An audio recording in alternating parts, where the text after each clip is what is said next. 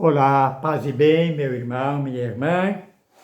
Seja bem-vindo, bem-vinda a este blog franciscano, São Francisco de Assis, nas fontes franciscanas, ou melhor, o espírito de São Francisco de Assis nas fontes franciscanas. Estamos hoje no 35º encontro e estamos nos últimos encontros lendo, estudando a primeira admoestação de São Francisco, que tem como título Do Corpo do Senhor. Ou então, outro título poderia ser Como Deus revela a loucura de sua paixão para nós. Nos últimos encontros, vimos Francisco retomar uma das catequeses mais importantes de Jesus aos seus discípulos, que o Pai mora numa luz inacessível. Vimos também que esse ensinamento visa justamente mostrar o quanto seu Pai e nosso Pai fez e faz para tornar-se acessível a nós, para ser Deus conosco. O quanto e o que Ele fez e faz para que nós sejamos capazes de recebê-lo, de acolhê-lo, de amá-lo. No encontro de hoje, vamos ver como ou o que nós devemos fazer para ver e acolher o Pai. Pois não basta que o Pai se revele e se mostre, é preciso que nós não apenas queiramos vê-lo e acolhê-lo, mas também que o façamos de modo correto, adequado e justo. Esse modo é revelado por Francisco, mostrado por Francisco, no segundo parágrafo da admoestação primeira, que nós vamos ler agora. Diz assim: o Espírito é Deus, e a Deus ninguém jamais viu. Por isso, ele não pode ser visto senão no Espírito, porque o Espírito é que vivifica, a carne de nada serve.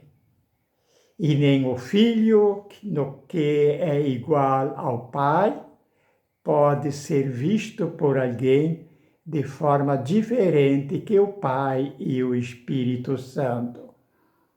Por isso foram danados todos quantos viram o Senhor Jesus segundo a humanidade, isto é, segundo a carne, e não ouviram e não creram, segundo o Espírito, segundo a divindade, que seja ele o verdadeiro Filho de Deus. Até aqui, palavras de São Francisco, na sua admoestação primeira, no segundo parágrafo. Essa fala de Francisco, como todas, é sempre surpreendente, totalmente diferente da nossa. Nós, seguindo a maioria dos tradutores do Evangelho, por exemplo, costumamos dizer que Deus é Espírito. Francisco, porém, diz o contrário, que o Espírito é Deus. Quando dizemos Deus é Espírito, sem nos aperceber, estamos definindo Deus, isto é, colocando Deus dentro de nossas medidas, dos nossos conceitos, das nossas ideias. Deus, nesse caso, não seria mais inacessível, mas alguém semelhante a um objeto que cabe dentro das nossas medidas, dos nossos conhecimentos. Deus, nesse caso, não seria mais inacessível, mas alguém semelhante a um objeto manipulável por nós. Quando Francisco, porém, diz que o Espírito é Deus, significa que estamos diante de uma realidade que ultrapassa todas as nossas medidas, que jamais seremos capazes de ver, compreender Deus com estas nossas medidas, com a nossa inteligência, com o nosso espírito. Seria como se a água, por exemplo, quisesse pôr o mar dentro de suas pequeninas medidas. Impossível. Só há, por isso, nesse caso, uma única possibilidade de encontro: o mar entrar na gota d'água. E é o que Deus faz. Para que esse milagre aconteça, ele se abrevia, se apequena, se faz criança, se faz crucificado, se faz pão e vinho, eucaristizados. Eucaristizados significa doados, dados, entregues tão gratuita e graciosamente que podemos tomá-los, comê-los e bebê-los.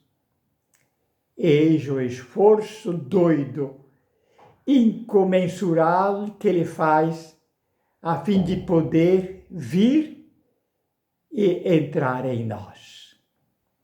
Assim, ele empresta, dá a nós suas medidas, sem medidas, seu amor infinito, para que, com as medidas dele, com o amor dele, possamos recebê-lo, amá-lo. Coisa inaudita, nunca vista. A criatura, isto é, para a criatura, é dada a faculdade divina de poder receber, de poder comer seu Criador. Ao amor finito, frágil e inconstante, de poder amar o amor infinito, fiel e eterno. Daí a conclusão expressiva de Francisco.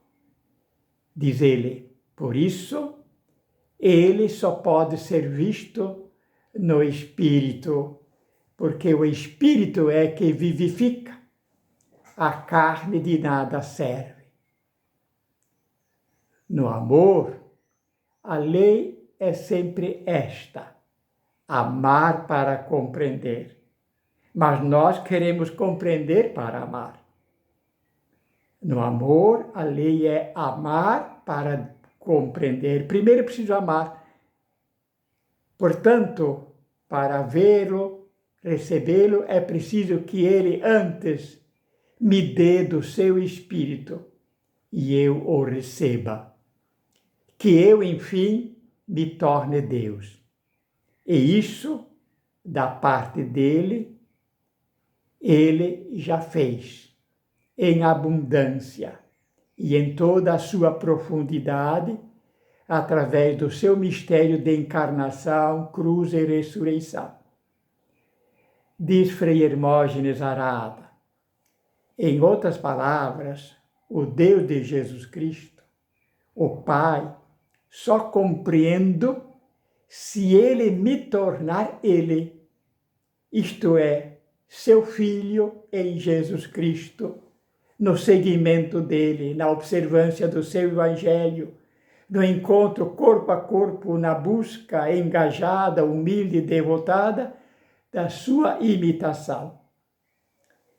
E continua Frei Hermógenes, mas todo esse empenho não é outra coisa senão a possibilidade gratuitamente dada a mim desse primeiro amor. E assim, nesse encontro, não sou eu que tenho o Espírito do Senhor, mas é o Espírito do Senhor que tem a mim, como seu Filho muito amado, no seu Filho Jesus Cristo. Palavras do grande mestre Frei Hermógenes Arada. Espírito, portanto, não é uma coisa entre outras coisas, mas a coisa de todas as coisas, entre aspas, aqui a palavra coisa, a realidade mais real de tudo e de todos, a causa, a razão, a fonte, que a tudo e a todos move e sustenta. É que no latim a palavra coisa, res, significa real, de rei, daquilo que rege e sustenta.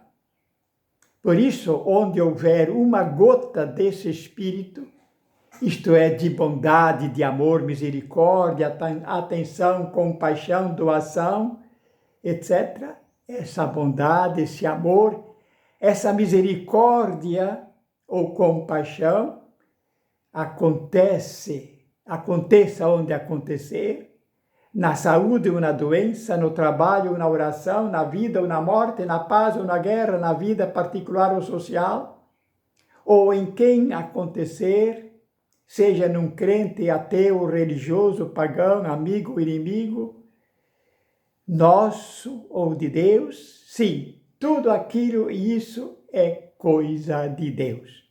Isto é, pura doação, do puro dom, da pura gratuidade que é Deus. O reino, o serviço de Deus no meio de nós. O Espírito que é Deus. Então, onde houver um pinguinho de doação, de amor e misericórdia, isso é coisa do Espírito de Deus.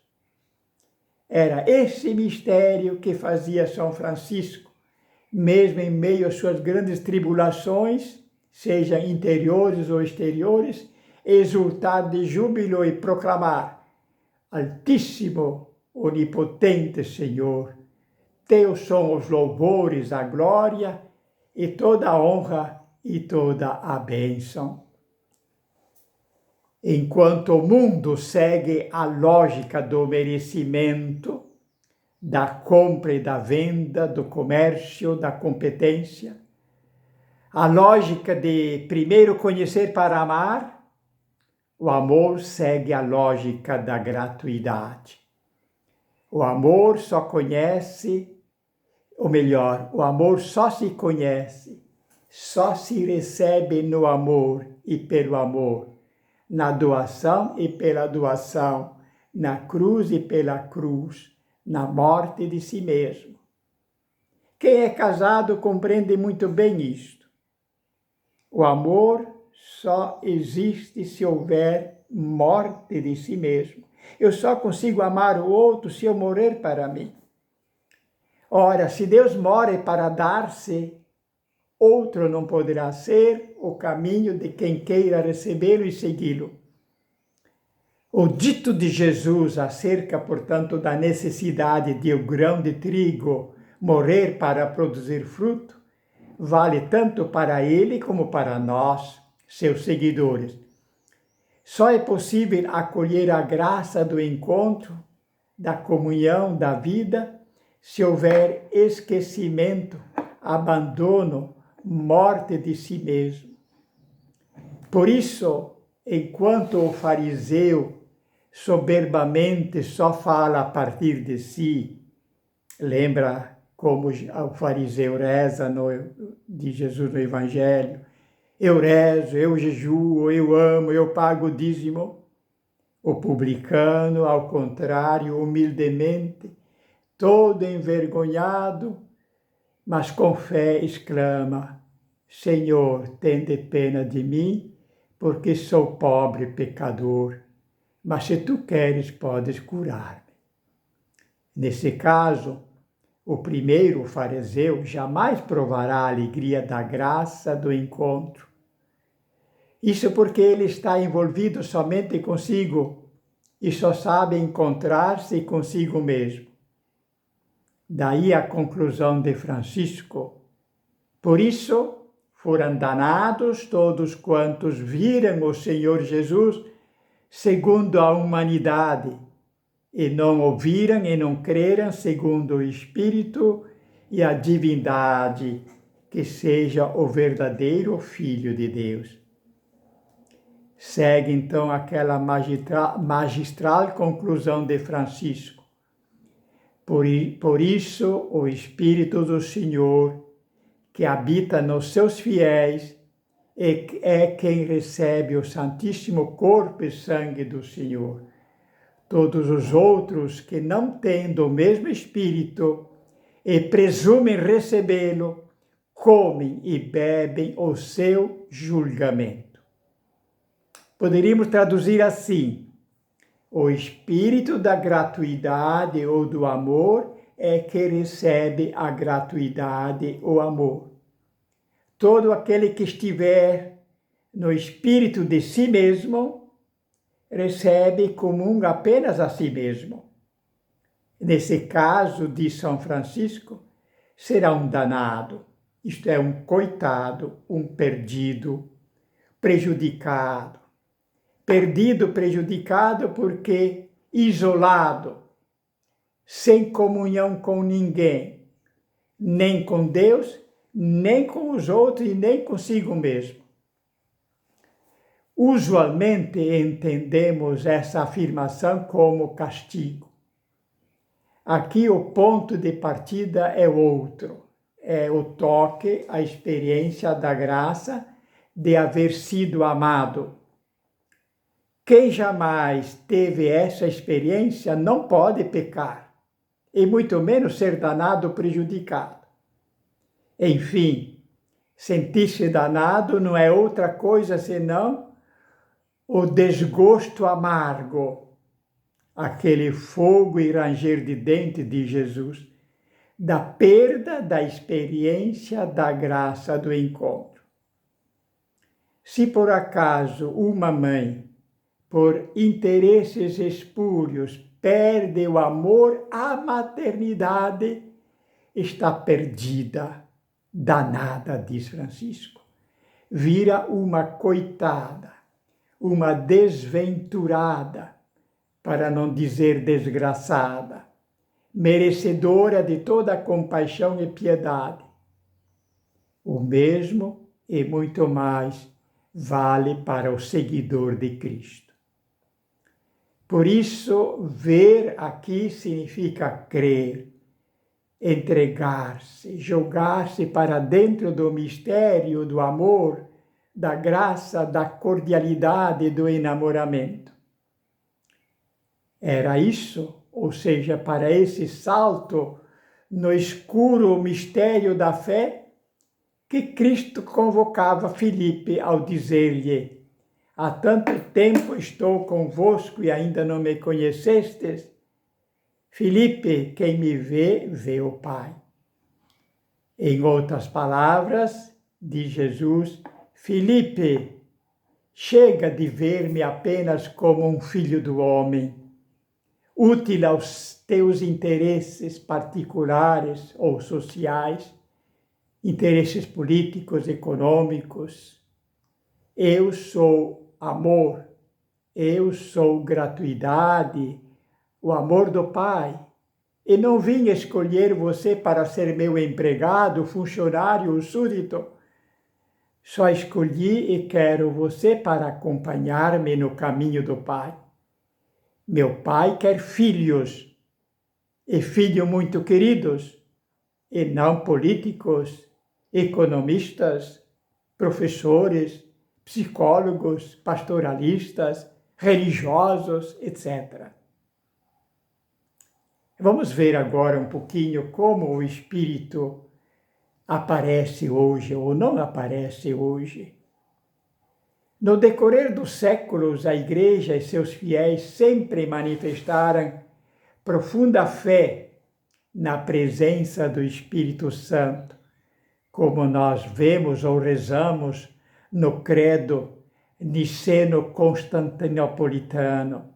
Diz assim: creio no Espírito Santo, Senhor que dá a vida e procede do Pai e do Filho, e com o Pai e o Filho é adorado e glorificado. Ele que falou pelos profetas. A presença do Espírito, porém, pode e de fato nos últimos séculos foi sufocada e ofuscada pela presença e atuação do espírito do mundo. Ultimamente, porém, e felizmente, depois de alguns séculos de uma igreja fortemente comprometida com o espírito do poder, da vanglória, da fama, da soberba do mundo, a partir do Vaticano II, sempre mais, somos convidados a deixar-nos inspirar e conduzir pelo Espírito expresso pela Boa Nova, o Evangelho. O nosso Papa Francisco, por exemplo, insiste muito para que sejamos evangelizadores com Espírito, isto é, evangelizadores que se abrem sem medo à ação do Espírito Santo. No Pentecostes, diz o Papa, o Espírito faz os apóstolos saírem de si mesmos e transforma-os em anunciadores das maravilhas de Deus, que cada um começa a entender na própria língua. Além disso, o Espírito Santo infunde a força para anunciar a novidade do Evangelho com ousadia, em voz alta e em todo tempo e lugar, mesmo contra a corrente. Invoquemo-lo, então, hoje, bem apoiados na oração, sem a qual toda a ação corre o risco de ficar vã, e o anúncio, no fim de contas, carece de alma. Por isso também o mesmo Papa nos adverte e exorta com essas palavras. Quem caiu nesse mundanismo, olha de cima e de longe, rejeita a profecia dos irmãos, desqualifica quem o questiona, faz ressaltar constantemente os erros dos outros e vive obcecado pela aparência. Quem vive fora desse espírito circunscreveu os pontos de referência do coração ao horizonte fechado da sua imanência e dos seus interesses e, consequentemente, não aprende com os seus pecados, nem está verdadeiramente aberto ao perdão. É uma tremenda corrupção, diz o Papa, com aparências de bem. Devemos evitá-lo, pondo a Igreja em movimento de saída de si mesma, de missão centrada em Jesus Cristo, de entrega aos pobres. Deus nos livre de uma igreja mundana sob vestes espirituais ou pastorais. Este mundanismo asfixiante cura-se saboreando o ar puro do Espírito Santo, que nos liberta de estarmos centrados em nós mesmos, escondidos numa aparência religiosa vazia de Deus. Enfim, parafraseando o próprio Papa, podemos dizer: não deixemos que nos roubem o Espírito. É admirável que a necessidade da atenção ao Espírito hoje é sentida muito fortemente também por nossos irmãos, por muitos homens e mulheres do século, como, por exemplo, o cineasta francês Vincent Moon. Este cineasta diz o seguinte: quando eu estava gravando bandas na rua, eu não queria gravar pessoas famosas, mas música. Pesquisar algo do invisível. Odeio tudo o que tem a ver com fama. É uma doença da nossa época.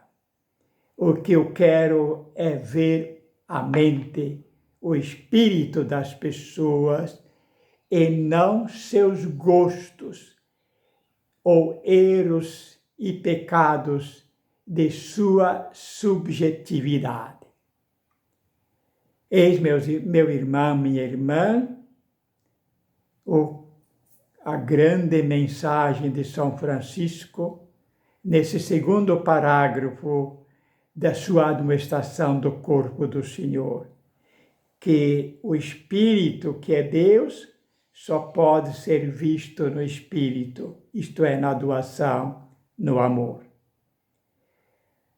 No próximo fim de semana, continuaremos abordando esse tema do Espírito, porque é fundamental para uma vida cristã e franciscana sadia. A você, uma boa festa de São Francisco, um grande abraço, paz e bem.